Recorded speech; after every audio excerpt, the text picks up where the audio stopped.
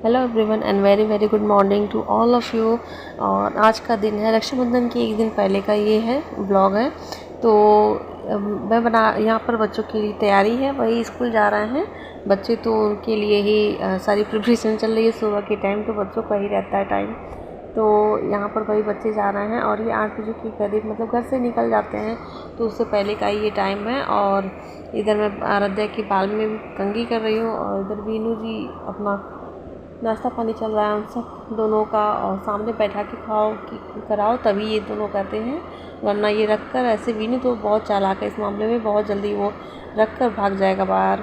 और एक बार जानता है बाहर भागने के बाद फिर कोई बुलाने तो जाएगा नहीं, तो ये बहुत जल्दी में रहता है। और आज तो इसने अपनी बॉटल भी भूल गई, मतलब बॉटल लेकर भी नहीं गया।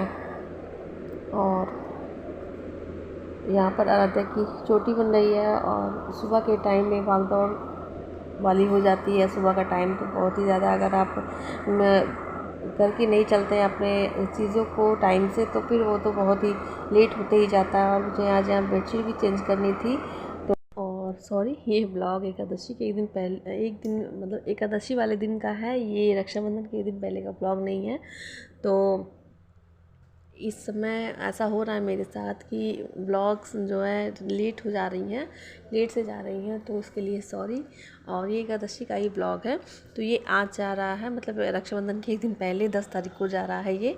तो वही यहाँ पर क्लीनिंग चल रही है और बेडशीट का कवर ही केवल मैंने चेंज किया है, क्योंकि एकादशी है तो बेड्स थोड़ा चेंज रहने चाहिए। और यहाँ पर वही है, सुबह के टाइम ही अगर कपड़े लगा दो मशीन में तो वो ठीक रहता है, नहाने के पहले ही कपड़े धुल जाते हैं तो ठीक लगता है, नहीं तो फिर दिन भर कपड़ों में ही निकल जाता है। मतलब कपड़े दिमाग में घूमते रहते हैं कि अभी कपड़े नहीं धुले हैं, नहीं धुले हैं, और तो नहीं अच्छा लगता है। और ये सुबह के टाइम ही साथ के साथ सफाई के साथ कपड़े भी लगा दो तो वो भी एक काम निपट सा जाता है।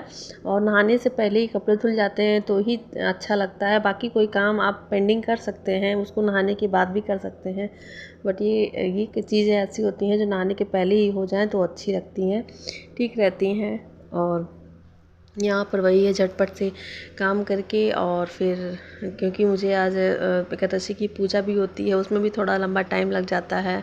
उसके बाद उसका व्रत का खाना भी बनाना होता है, व्रत की थाली तैयार करनी होती है, तो उसमें भी टाइम जाता है। तो इसलिए मेरा यहाँ एक बैच का कपड़ा तो रह ही जाता है, क्योंकि फिर अगर पूरे ही निपटा के जाऊँगी तो फिर बहुत लेट हो जाता। और मम्मी को भी टाइम से ही देना होता है, क्योंकि उनको टाइम से चाहिए व्रत का खाना, मतलब उनको नाश्ता टाइम से मिलना चाहिए, तो फिर इसके लिए।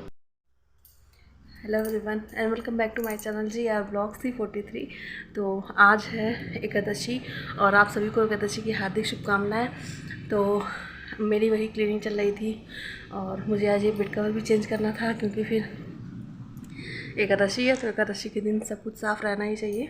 सबसे पहले तो बेड ही होता है, बेड साफ़ रहे तो सब कुछ साफ़ है।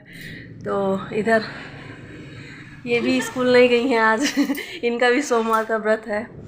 और मेरी सारी क्लीनिंग हो चुकी है और किचन भी सिमट चुका है, बट वो मैंने नहीं दिखाया क्योंकि मेरी बैटरी, मतलब मेरी फ़ोन की बैटरी लो हो गई थी, तो इसलिए मैंने उसको चार्जिंग पर लगा दिया था। तो इधर मैं दिखाती हूँ आपको, मेरे कपड़े भी धुल रहे हैं उधर और टाइम हो रहा है 9 बजे के करीब का। तो दिखाऊँ आपको, किचन में मेरी समझ चुकी है। आलू भी बॉयल करके रख दिया है क्योंकि फिर फलाहारी में आलू बनाना है, तो उसके लिए सब कुछ हो चुका है। बस नहाने की देरी है, नहा लो, पूजा कर लो, उसके बाद फलाहारी का भी इंतज़ाम करूँ। और इधर मैंने आलू भी बॉयल करके रख दिए ठंडे होने के लिए इधर। तो कपड़े फैला दूँ, उसके बाद चलूँ नहाने के लिए।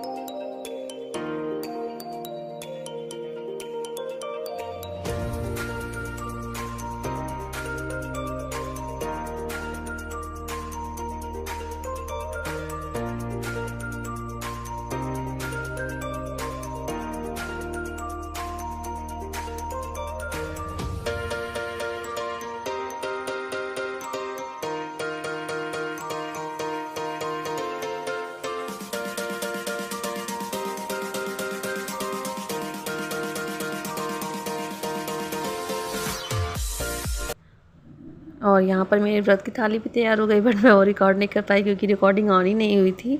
मुझे लगा कि ये ऑन है, तो कोई बात नहीं, आप ऐसे ही देख लीजिए कि मैं तो ये साबुदाना भिगा दिया मैंने, और ये रात में काम आएगी जब खीर बनानी होगी तब। और यहाँ पर वही तैयारी चल रही है क्योंकि मुझे आज कलाकंद बनाना है। तो जब कुछ बनाना रहता है तो वही दिमाग में चलता रहता है कि जल्दी से काम निपट जाए, फिर वही बनाना है, वही करना है, वही करना है। तो अपने माइंड को हमेशा रिकॉल दिया करती हूँ कि हाँ नहीं, ये चीज़ करनी है। और यहाँ पर मेरी पतिदेव के साथ थोड़ी सी नोक झोंक चल रही है।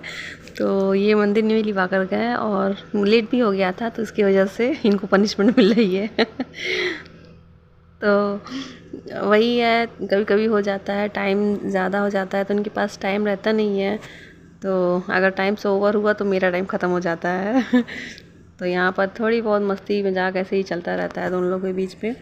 और ये बीच बीच में कभी कभार आ ही जाते हैं तो ठीक लगता है, अच्छा भी लगता है। और तो मेरे पास यहाँ पर ये गुजिया का जो मसाला है वो बच गया था, तो उस दिन मैंने पूरा नहीं बनाया था। तो इसके लिए थोड़ा सा और आज कलाकंद बनाने का मन है, तो इसके लिए ये इसको थोड़ा सा ग्राइंड कर दूँगी। ये बहुत सा जम सा गया है, तो इसके लिए इसमें खोया पूरा गुठली गुठली पड़ गया है, जम सा गया है। इसके लिए बस इसमें क्या होगा कि सारे जो ड्राई फ्रूट्स हैं वो भी ग्राइंड हो जाएंगे बस। देखो, हमको पता था कि यही हाल होगा कमरे का। देखो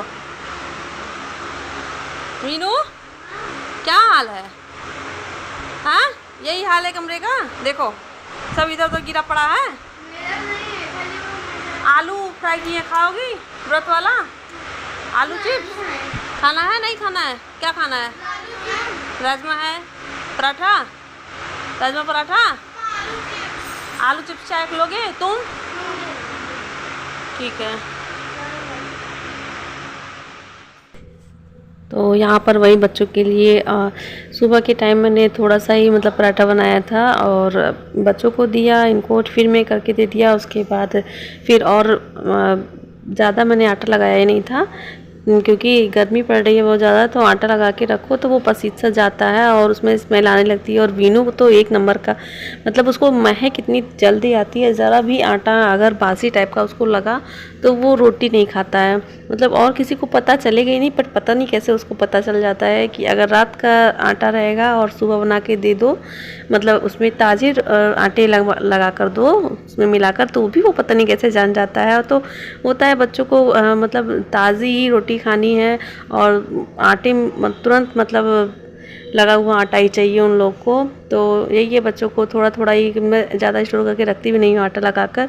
और जब बच्चों को चाहिए होता है, चाहे किसी को भी खाना होता है, उसी वक्त लगाकर फिर उसी वक्त बना देती हूँ। तो यही बच्चों के लिए 4-5 पराठा ही निकाला है मैंने, बस उन्हीं लोगों को खाना था, हम लोग को तो खाना नहीं था, तो उन लोग के लिए ही। और यहाँ पर बच्चों को दे दिया। उसके बाद अपना वही किचन फिर से साफ़ किया क्योंकि वो बनाना था, चंद्रकला बनाना है तो इसके लिए। और यहाँ पर वही पराठा सेक कर, और पराठा वैसे देती नहीं हूँ क्योंकि एक बार देती हूँ, या फिर वो टिफ़िन में ले जाएं या फिर घर पर खाएं। लेकिन यही है, जब राजमा है तो राजमा के साथ थोड़ी सी छूट मिल जाती है उन लोगों को, क्योंकि राजमा के साथ पराठा अच्छा लगता है, तो इसके लिए बनाकर दे देती हूँ कभी कभी। और मैं पराठे में बहुत कम तेल लगाती हूँ, उससे बहुत हल्का ही रहता है, वो दोनों साइड में नहीं, केवल आगे की साइड में लगाती हूँ तेल। और यहाँ पर बच्चों को खाना देने के बाद फिर इधर किचन भी थोड़ा समेटा, उसके बाद मैं फिर इधर अपने काम पे लग गई हूँ। और मैंने ये अपना कपड़ा भी चेंज कर लिया क्योंकि बहुत ज़्यादा गर्मी हो रही थी, तो इसलिए मैंने साड़ी चेंज कर ली। और इधर मैं जो मैदा है उसमें रिफ़ाइंड और घी ये मिला हुआ है, इसमें डालडा घी और रिफ़ाइंड मिलाकर रखा हुआ है, तो इसी का ये मोयन लगा रही हूँ। और अगर आप केवल डालडा घी का मोयन लगाते हैं तो फिर उसमें बहुत ज़्यादा गांठें पड़ जाती हैं, तो वो नहीं समझ में आता है, तो इसलिए मैं हमेशा ही इस तरह से लगाती हूँ। और इसको इतना मोयन देना है कि इसमें आप जो भी आटा लगा रहे हैं उसको उसमें लड्डू बनने लगे, मतलब बिना पानी डाले ही। तो अब आपने देखा भी, मैंने इधर आटा लगाया था, जब उसका आटा मोयम डाला है उसके बाद चेक कर लीजिए, जब आटे का लड्डू बनने लगे तो समझ लीजिए हाँ मोयम परफेक्ट दिया हुआ है।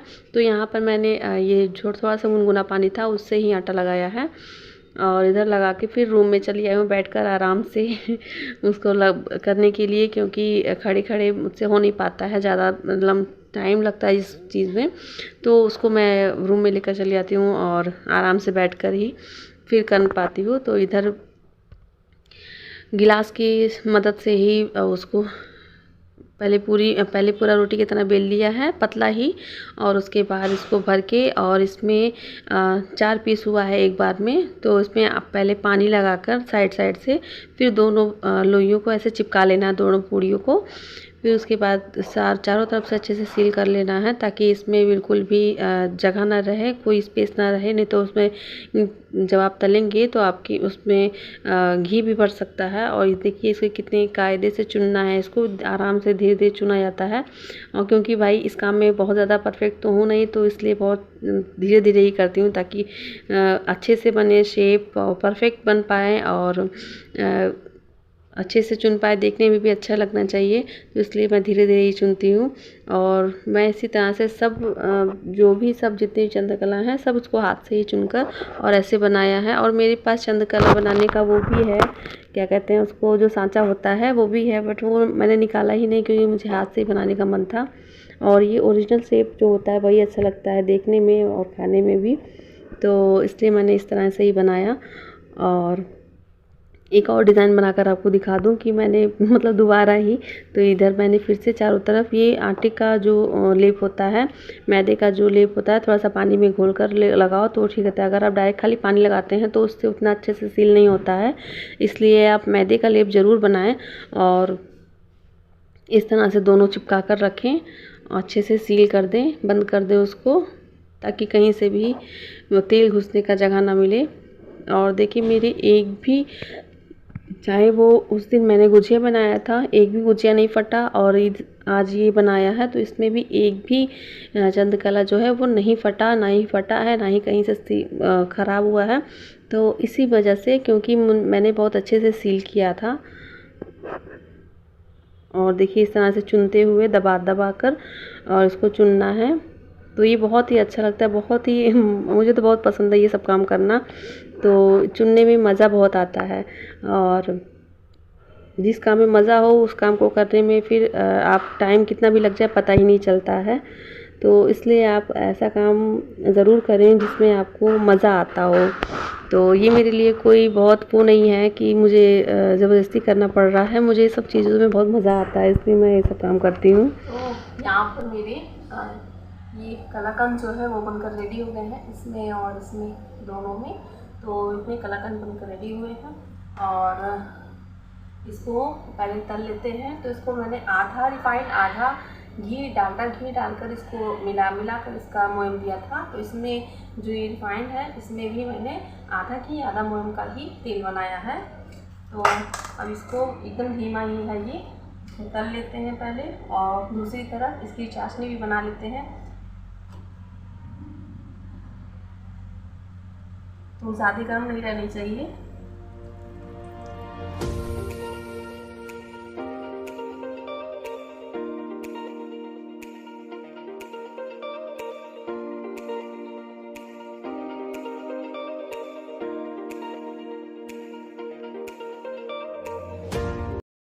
तो चाशनी के लिए मैंने 1 गिलास चीनी लिया है, 1 गिलास चीनी है और 1 गिलास पानी ही है, क्योंकि मुझे 1 तार की चाशनी बनानी है। तो इसके लिए इसमें थोड़ी गाढ़ी चाशनी अच्छी लगती है, तो इसके लिए मैंने 1 गिलास, आप कोई भी चीज़ से मेज़रमेंट करेंगे तो वो जितना पानी उतना ही चीनी रहना चाहिए, चाहे कटोरी हो या फिर आप मेज़रिंग कप ले रहे हैं तो उससे भी। तो चीज़ जो मेज़रिंग कप होता है या फिर ग्लास होता है, कटोरी होता है, वो कोई भी चीज़ आप ले सकते हैं, बट वो मेज़रमेंट वही रहनी चाहिए, जितनी आप क्वांटिटी में ले रहे हैं उतना ही क्वांटिटी पानी का भी रहना चाहिए। तो यहाँ पर ये मेरे रेडी हो गए हैं चंद्रकला, और इसको चाशनी भी उधर रेडी हो रही है, तो अभी थोड़ी सी और पकनी है। तो इसमें ये जब तक, भले ही आपकी चीनी घुल गई हो, बट उसको 1 तार की चाशनी बनानी है। तो जब 1 तार की चाशनी बन जाएगी फिर उसको आप ठंडा कर लेंगे, और मैं चेक करके भी बताऊंगी कि किस तरह रहना चाहिए। तो ये देखिए कटोरी में मैंने ये जो प्लेट में लगाया है, तो ये बिल्कुल भी सरक नहीं रही है, और ये इसमें 1 तार पड़ रहे हैं। तो आपकी ये चाशनी रेडी हो गई है। अब इसमें डिप कर देंगे और अलट पलट करके ही आपको ये बनाना है, मतलब ये इसमें जो डिप करके, और गर्म ही रहनी चाहिए, थोड़ी चाशनी गुनगुनी रहे और ये जो चंद्रकला है जो आपने फ्राई किया है ये गर्म रहे, तो फिर वो अच्छे से फूलती उसमें अच्छे से सोख हो जाता है। तो अगर आपकी चाशनी और वो चंद्रकला दोनों ठंडी रहेगी तो फिर वो उतने अच्छे से पकड़ेगी नहीं, और गर्म रहेगी तो वो अच्छे से पकड़ लेती है। इसके लिए चाशनी गुनगुनी रहनी चाहिए, पर चंद्रकला जो है आपका जैसे ही आप तल रहे हैं वैसे ही आप चाशनी में डाल दीजिए। देखिए कितनी सुंदर लग रहे हैं। का बनता है सेम वही प्रोसेस रहेगा। चंद्रकला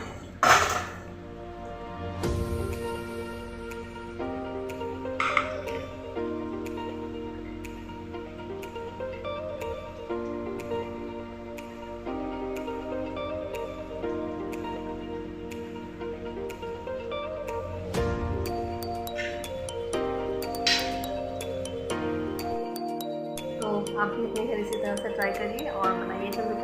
और रक्षाबंधन की तैयारियां मेरी शुरू हो गई है। ये रक्षाबंधन के लिए मैंने बनाया, मतलब अभी तो चलेगा ये, वो आधा तल कर वैसे रखूँगी, और जब जाना होगा तो थोड़ा सा उसको फिर से गर्म करके, मतलब उसको फिर से थोड़ा सा तल के चाशनी में फिर से डिप करके और रेडी हो जाएगा फिर। और ये सब तो घर पे ही खाए जाएंगे यहाँ पर। तो मेरी पिताजी कलाकंद बनकर रेडी हो गए हैं और सबने खाया भी, तो सबको बहुत पसंद आया है। और आप भी इस तरह से ट्राई करिए, आप भी बनाइए, आपकी भी जो कलाकंद है बिल्कुल फटेंगे नहीं और बहुत ही सुपर टेस्टी बनेंगे और बहुत ही करारे खस्ते बनेंगे। तो चलिए मिलते हैं अपने स्वागत में, के लिए धन्यवाद, thank you, take care, bye. और आपको मेरी ब्लॉग कैसे लगते हैं आप कमेंट में ज़रूर बताया करिए। और आपको ये मेरा एकादशी का ब्लॉग कैसा लगा, आज मेरी एकादशी का व्रत भी है, तो मुझे तो नहीं चखना है, बट आप लोग बताइए कैसा लग रहा है आपको। चलिए मिलते हैं अपने ब्लॉग में।